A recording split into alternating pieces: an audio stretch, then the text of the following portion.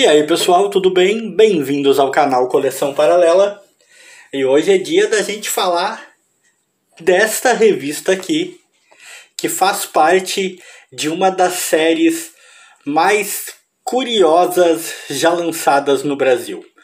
E por que ela é tão curiosa? Não é exatamente só pela temática, já devem ter percebido aqui, né? Ó, série sagrada. Salta aos olhos que estamos com uma revista cuja temática é religiosa. Não é só essa questão. A história do nascimento dessa série, o que levou a editora Ebal a criar essa série, é que tem seus ares de curiosidade. Esse é o número 52 de dezembro de 1957 e traz a história de São Domingos de Gusmão, fundador da Ordem dos Pregadores, que é a parte de trás. Vocês veem, só o fato de ser uma revista dos anos 50 já é uma coisa que me dá um prazer enorme ter um exemplar para segurar nas mãos. Mas a questão é, essa série é uma espécie de agrado, é uma espécie de meia-culpa, é uma espécie de cala-boca da editora Ebal. Por quê? Porque nos anos 50 a Igreja Católica estava batendo forte nas histórias em quadrinhos. A Igreja Católica estava criticando demais toda e qualquer tipo de publicação em quadrinhos que existia. Eles alegavam que as histórias incitavam a violência, que desvirtuavam os jovens, que muitas vezes eram histórias imorais, né, que não traziam nenhum valor.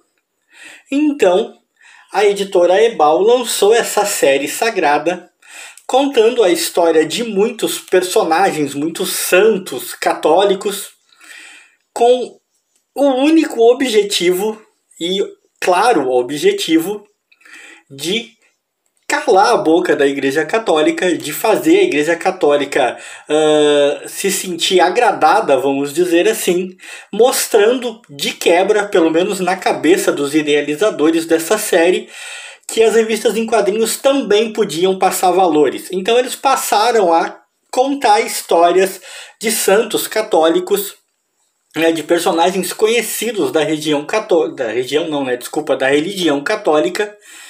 com essa ideia de que isso agradaria a Igreja Católica, que diminuiria um pouco o seu tom, né, apaziguaria um pouco as críticas da Igreja Católica às revistas em quadrinhos, e ainda por cima seria uma maneira de tentar mostrar à Igreja Católica e a quem mais porventura duvidasse que os quadrinhos eram sim capazes de passar algum tipo de valor. Eu não sei dizer se eles conseguiram esse intento, se a Igreja Católica ficou convencida de que poderiam vir valores das publicações em quadrinhos, embora nós todos saibamos hoje em dia que é claro que sim, né? Há muita cultura, há muito conhecimento disseminado através de simples histórias em quadrinhos. Mas naquela época, com todo o preconceito que as artes em geral sofriam, né, por meio dos meios religiosos, dos poderes religiosos, né, os caras só tinham críticas a fazer. Então a Ebal começou a publicar. As revistas eram em preto e branco, tinham uma boa arte, olha só, era uma arte muito boa, por sinal. Vinham com esse tipo de matéria, esse tipo de expediente aqui, ó. Tipo, a Ebal realmente direcionou as revistas com a ideia de que fossem revistas cristãs, de que fossem publicações religiosas, né? Até mesmo matérias com o assunto vinham dentro da revista. Era realmente tipo, toma aqui, Igreja Católica, fique contente com o que estamos fazendo, entendeu?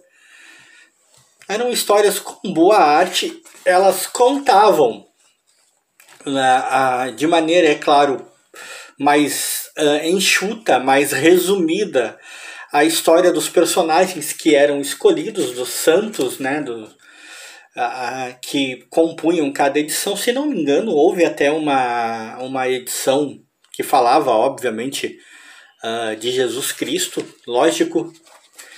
E a ideia era contar o surgimento desses santos, como eles haviam se tornado santos, né? A vida que eles haviam levado, mostrar como eles espalharam, né, a palavra de Deus, como eles fizeram diferença no mundo, mostrar que, né, o caminho de Cristo, o caminho da religião era o caminho correto, que eram todos homens, né, dignos e tal. A gente sabe muito bem que hoje em dia, principalmente, sabemos, né, que nem todo mundo que compõe, né, qualquer tipo de religião por aí é assim tão virtuoso. Mas naquela época os caras ainda eram intocáveis, e se você queria passar a ideia de que era uma pessoa de moral ilibada, era você mostrar que era uma pessoa de fé, que era uma pessoa que seguia, né, o caminho da religião, seja ela qual for, mas claro, principalmente a religião cristã. Então o desenho vai ilustrando, o texto não é como é que eu vou dizer? Não é um texto rebuscado, não é um texto super bem trabalhado. O texto vai dando uma ideia do que acontecia, vai contando apenas a história, né? Falando assim, parece muito óbvio, o texto vai dando uma ideia do que acontecia, mas o que eu estou querendo dizer é que não havia nenhuma tentativa de dramatizar demais. Tipo, o texto é um texto quase seco, quase que como se simplesmente se pegasse o que se sabe da história do personagem cristão escolhido, do santo cristão escolhido, e se transformasse num roteiro de quadrinhos, né? Sem grandes lampejos de dramatização nem nada. Não é aquela coisa que a gente vê hoje em dia quando, por exemplo, está assistindo um filme ou mesmo lendo um quadrinho que é baseado num fato real e que sempre há uma jogada no roteiro, há um personagem inserido que não existia na vida real, há alguma coisa para tentar tornar aquela leitura mais interessante, para tentar dar maior interesse dramático, para dar uma pitada de emoção. Não há isso nesses textos aqui, né? O texto meramente se põe a contar a história, né, do personagem em questão. O desenho segue uma linha bem realista, de traços muito bons até, por sinal, mas é isso, né? Era passar o recado que a Igreja Católica gostaria que fosse passado, para que a Igreja Católica ficasse feliz e pudesse, quem sabe, entender que através dos quadrinhos também podia se levar mensagens que eram consideradas positivas aos jovens e às crianças, né? Foi uma série até bastante longa, eu não me recordo agora, tá? Não vou me recordar agora, mas eu acho que você vê, nós estamos no número 52. A série Sagrada, eu acho que foi publicada pela Ebal de setembro de 1957, por aí, até o iniciozinho dos anos 60, uma coisa assim. Então teve bastante publicação, foi uma série até longeva, bastante grande, com muitas edições. Claro, é bem difícil encontrar alguma edição da série Sagrada hoje em dia, principalmente em bom estado. Essa minha não está assim tão má, se for considerar principalmente a maneira como eu a consegui, né? Porque ela literalmente tinha sido jogada fora por alguém e aí me foi presenteada depois. E como eu disse, eu não sei dizer se a série Sagrada da editora Ebal conseguiu alcançar o seu intento de provar à Igreja Católica da época que poderiam haver valores a serem passados através das histórias em quadrinhos.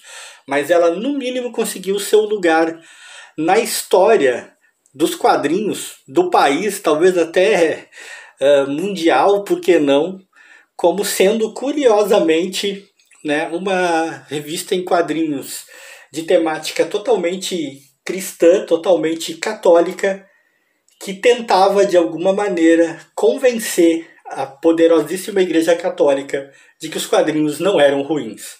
E quem gostou, deixa like.